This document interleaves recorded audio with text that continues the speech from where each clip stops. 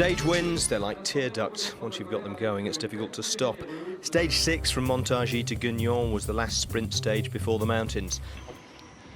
The views at the side of the road have been steadily changing. We've given up the wheat fields of central France and exchanged them for lush meadows. And they're going to change into alpine pasture. But not just yet. No, today is the last chance for the sprinters before they hit the mountains. It'll be a relief for those hoping to save their legs for the pending GC battle, but the run-in today holds little challenges. In fact, it looks distinctly Roman in its unerring straightness as they speed the last few kilometres towards the only obstacles of note today, a sweeping right and left-hand bend with less than 800 metres to go.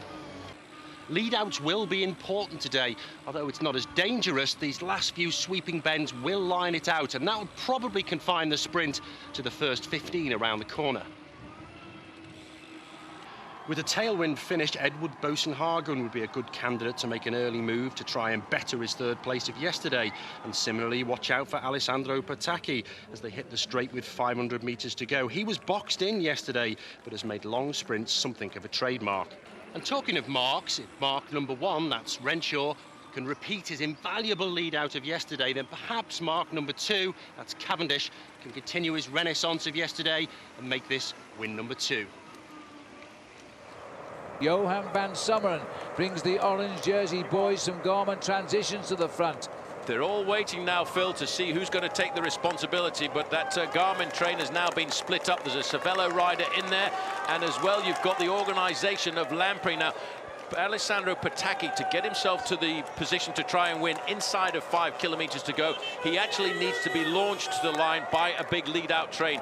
Get over to this side of the road, says Mickey Rogers. We're going to get ourselves organised. There's a couple of trains coming up on the outside. It's the old rivalry again. Garmin Transitions versus HTC Columbia at the moment. The two top American teams with the big sprinters have got themselves to the front of the race of 4.8 kilometres to go.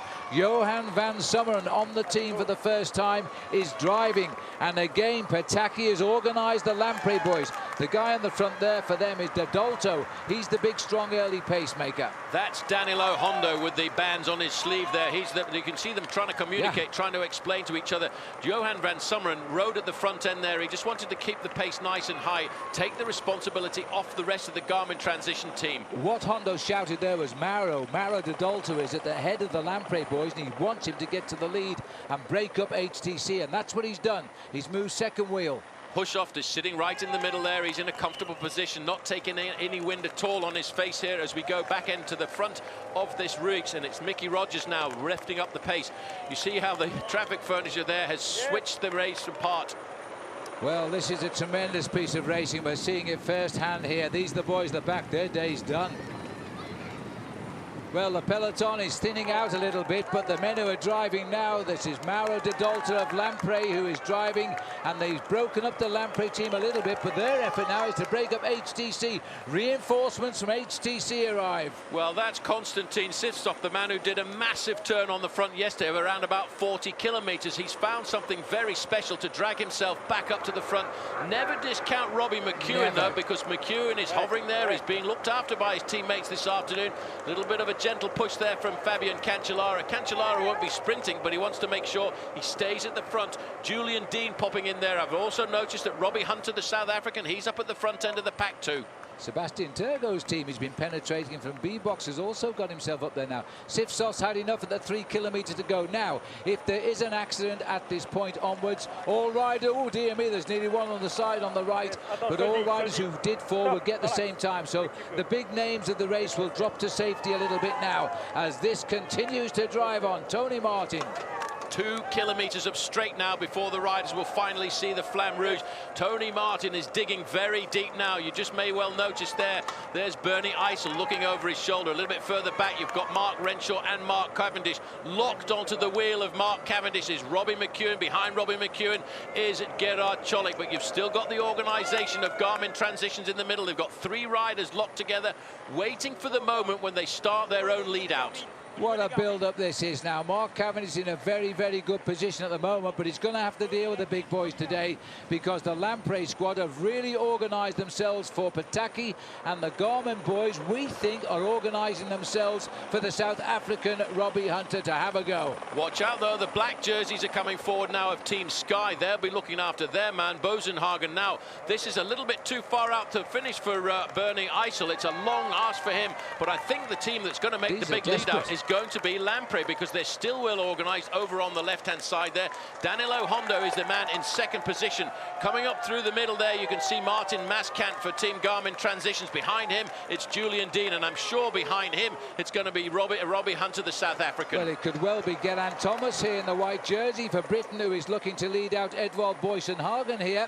But it looks as though they've swamped Mark Cavendish at the moment, and they've lost control again, because it's Lamprey who've got the control as they take to the right. Garmin Transitions are well in, but once again the black jerseys of the Sky team are getting in amongst it here. They don't have the men except one who can deliver, and a big run now. Oh, and there was a nasty bit of a movement there. They're lining up for a right-hander. Well, this is the right-hander. Once they go round this corner very shortly, they will see the Flamme Rouge right in front of them. Then there is the start at 750 metres to go, a sweeping left-hand bend. It's Garmin Transitions have got the control at the front end of the main field, but just hovering there is Mark Renshaw. He's on the shoulder of Danilo Hondo. Here's the right-hand bend. Very shortly they'll start to sweep around. Then it's 750 metres straight up to the line. Julian Dean in second, Robbie Hunter in third. Garmin Transition are in an ideal position here to lead it out for the South African. Well, they swing onto the banks now as we head onto the banks of the River Arrow now. They're in the position. It looks as though Robbie Hunter is the nomination from the Transition Garmin Transition. Julian Dean grits his teeth. Now this is going to be a real run here because Robbie Hunter's licking his teeth. He's going to have to go here. They're going to try and launch. Renshaw is on the side of Robbie Hunter. He's hesitated now, and now Mark Cavendish is through on the inside. The Manx missile is about to be launched again. Once he gets to the front, there is no one in the world will beat him, not even Alessandro Pataki, and he's got the win. Well, did you see who was second across the line there? Tyler Farrow was in there with his bandaged elbow. What a fine performance by Garmin Transitions. If he wasn't injured, he'd get a lot closer to the man from the Isle of Man. But you know what, Cavendish, Phil, he is back. He is confident. The team did a great job again. Hats off to Mark Renshaw. Mark Renshaw will have to be dubbed, I think, the fastest, best lead-out man in the world. Congratulations again. This felt more like sprinting business as usual. A cheer in the team car, and a pout-free podium. Behind the sprint, though, there'd been a split in the field. Geraint Thomas was on the right side of it and snipped 3 seconds off Fabian Cancellara's lead at the top of the standings.